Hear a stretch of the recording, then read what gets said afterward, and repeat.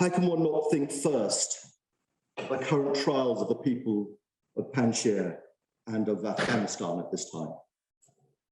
And of course, it is because of what is happening that neither Ahmed Massoud, or I was going to mention another name, but taking my lead from Dr. Casey, I won't, but those others involved in the Massoud Foundation are here today.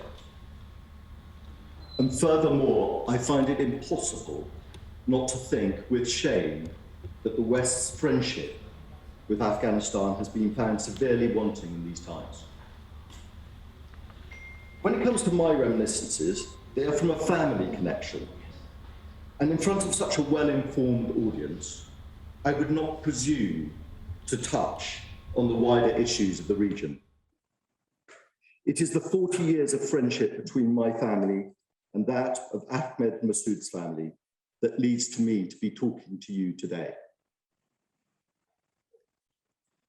And it is a personal loyalty and a friendship that has been maintained in what seems sometimes like an unnecessarily shifting world.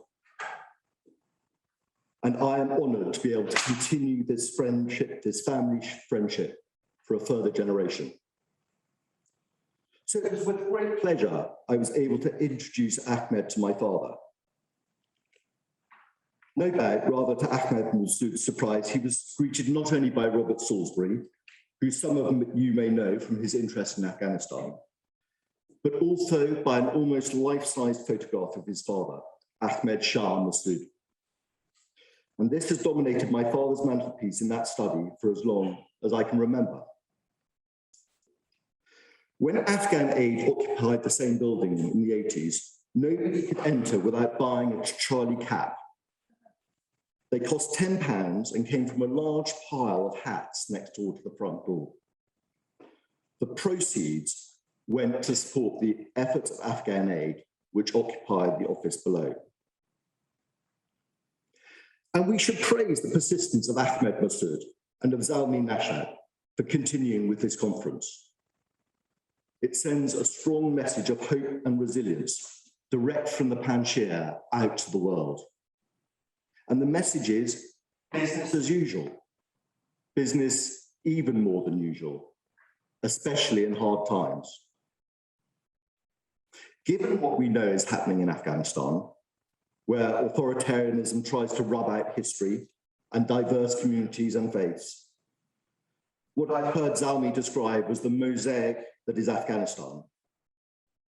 We have here a family that has, across the generations, a declared vision of pluralism.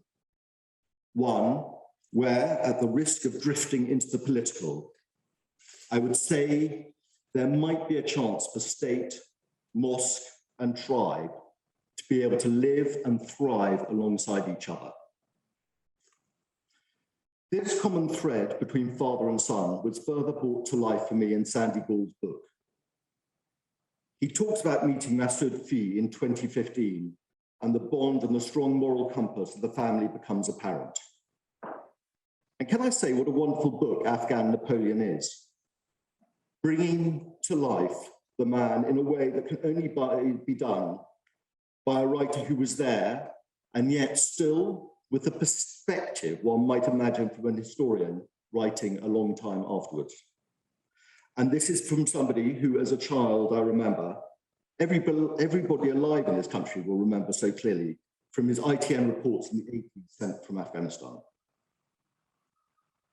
The Dutch archaeologist Juliette Krinken van Krinken-Peters quotes Afghan refugees as saying, "How wonderful that people show an interest in our past.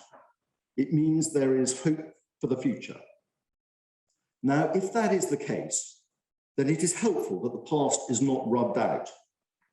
And yet there have been such efforts to do just that by those with puritanical, Islamic puritanical attitudes.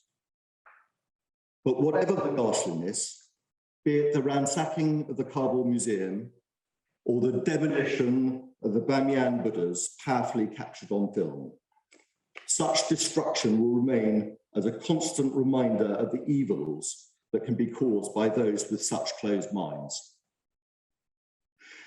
And that perhaps allows me to remind you of the original purpose of this conference. to find a home for the archives of Ahmed Shah Massoud. Unsurprisingly, this has been rather lost in the noise. After such ruination, sources of historical record will be of ever greater value. I read in Sandy Gould's book that Rumi and Hafiz were favorite poets of Ahmed Shah Massoud. This gave me some enjoyable hours trying to find a suitable quote. And as you know, these poems are largely about love and mystical forms of love, so wonderfully far removed from what we might associate with the life of the Lion of the Panjshir. But then I found a poem by Hafiz, which describes the sort of friend I would like to be, and I would like my country to be, to Afghanistan. This is the kind of friend you are, without making me realize my soul's anguished history. You slip into my house at night, and while I am sleeping, you silently carry off all my suffering and sordid past in your beautiful hands.